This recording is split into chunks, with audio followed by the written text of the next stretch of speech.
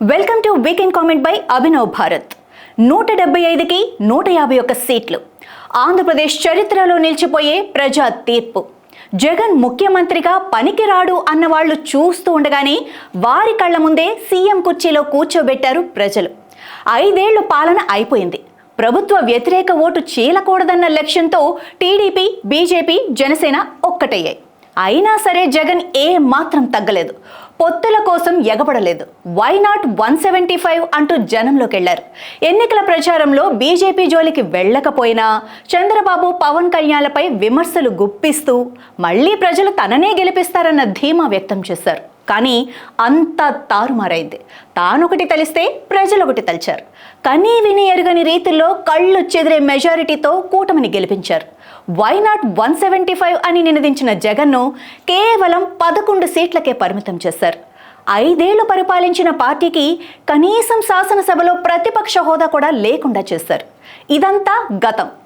కూటమి సర్కార్ కొలువుదీరి 3 నెలలు దాటిపోయింది. ఒక పక్క ప్రభుత్వం 100 రోజుల పాలనపై సంబరాలు చేసుకుంటోంది. కానీ వైఎస్ఆర్ కాంగ్రెస్ పరిస్థితి మాత్రం రోజు రోజుకి అయోమయంగా తోస్తోంది. ఆ పార్టీలో జరుగుతున్న వరుస పరిణామాలు, నాయకుల వలసలు, సీనియర్ నాయకుల మౌనవ్రతాలు, ఫిరాయింపులు చూస్తుంటే జగన్ మళ్లీ పుంజుకుంటాడా అన్న అనుమానం సగటు కార్యకర్తను వెంటాడుతోంది. పార్టీకి మళ్లీ గత వైభవం వస్తుందన్న భరోసా నాయకుల్లోనే కరువైన పరిస్థితి చూస్తుంటే రానున్న 5 ఏళ్లు కేడర్ను కాపాడుకోగలరా అన్న ప్రశ్న ఎదురవుతోంది.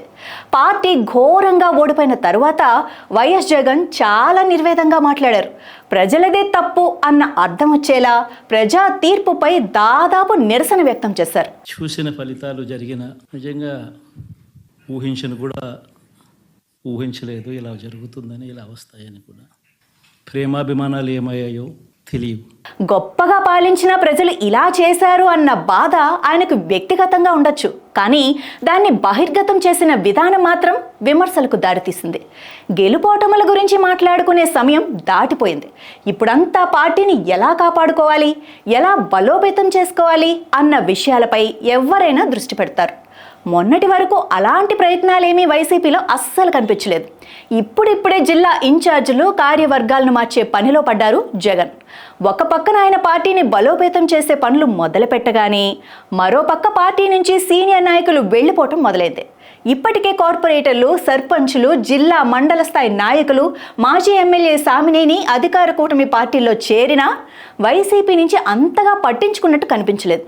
కానీ బాలినేని రాజీనామా చేసి జనసేన వైపు వెళ్లటం మాత్రం ఆ పార్టీని పెద్ద కుదిపేస్తుంది అనడంలో ఎలాంటి సందేహమూ లేదు. ఇది బాలినేనితో ఆగదు అన్న విషయం కూడా స్పష్టంగా కనిపిస్తోంది. ఇదే వరుసలో మరికొంతమంది నాయకులు ఉన్నారన్న వార్తలు ఇప్పుడు ఏపీలో వైరల్ అవుతున్నాయి. కొన్ని పేర్లు కూడా బయటకు వస్తున్నాయి. ఇందులో మాజీలతో పాటు ఇప్పుడు గెలిచిన 11 మందిలో కొంతమంది పేర్లు ఉన్నాయన్న ప్రచారం సాగుతోంది. ఇలాంటి పరిస్థితుల్లో ఒక రిపోర్టర్ అడిగిన ప్రశ్నకు వైసీపీ అధ్యక్షుడు జగన్ ఇచ్చిన సమాధానం ఆశ్చర్యాన్ని కలిగించింది. సీనియర్ లీడర్లు వెళ్ళిపోతున్నారు కదా అని ఒక జర్నలిస్ట్ అడిగితే, పోతే ఇంకొకరు వస్తారు అంటూ ఎంతో హేళనగా, అది చాలా చిన్న విషయం అన్నట్టుగా వెట్టకారంగా స్పందించారు జగన్.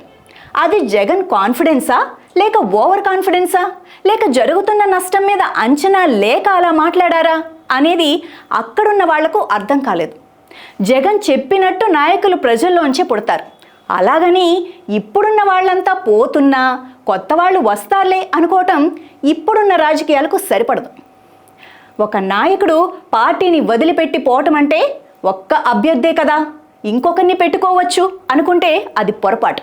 ఎందుకంటే నాయకుడు ఎప్పుడూ ఒక్కడిగా, ఒంటరిగా పోడు. పార్టీ మారుతున్నప్పుడు తనతో పాటు అక్కడున్న కేడర్ మొత్తాన్ని తీసుకొని పోతాడు. దానివల్ల స్థానికంగా పార్టీ బలం మొత్తం పోయినట్టే అవుతుంది. అక్కడ మళ్ళీ పుంజుకోవాలంటే 0 నుంచి మొదలు పెట్టాల్సిందే.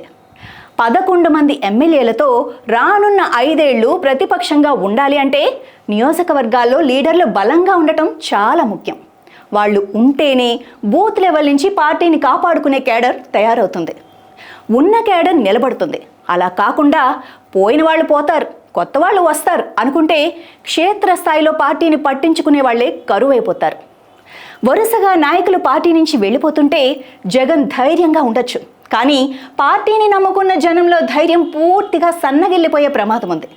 కార్యకర్తలు నీరుగారిపోయే అవకాశం ఉంది. పార్టీ అధ్యక్షుడు తన లీడర్లను కాపాడుకోలేకపోతున్నాడు, వాళ్లకు నచ్చజెప్పడంలో ఫెయిల్ అవుతున్నాడు అన్న మెసేజ్ అభిమానుల్లో నమ్మకాన్ని, ఉత్సాహాన్ని దెబ్బతీసే అవకాశం లేకపోలేదు. ఇవేమీ పట్టించుకోకుండా ప్రజలు తనను చూసి ఓటేస్తారు అని జగన్ గతంలో మాదిరే మళ్ళీ అనుకుంటే, కింది స్థాయి నాయకత్వాన్ని చిన్నచూపు చూస్తే భవిష్యత్తులో పార్టీకి మరింత గడ్డుకాలం తప్పదు. నాయకులారా, మీ పనితనం మీ అధినాయకులకు తెలియజేయాలనుకుంటున్నారు. ప్రజలారా, మీ సమస్యలను మీ నాయకులకు తెలియజేయాలనుకుంటున్నారు. ప్రజా సమస్యల పరిష్కార వేదిక మీ అభినవ్ భారత్.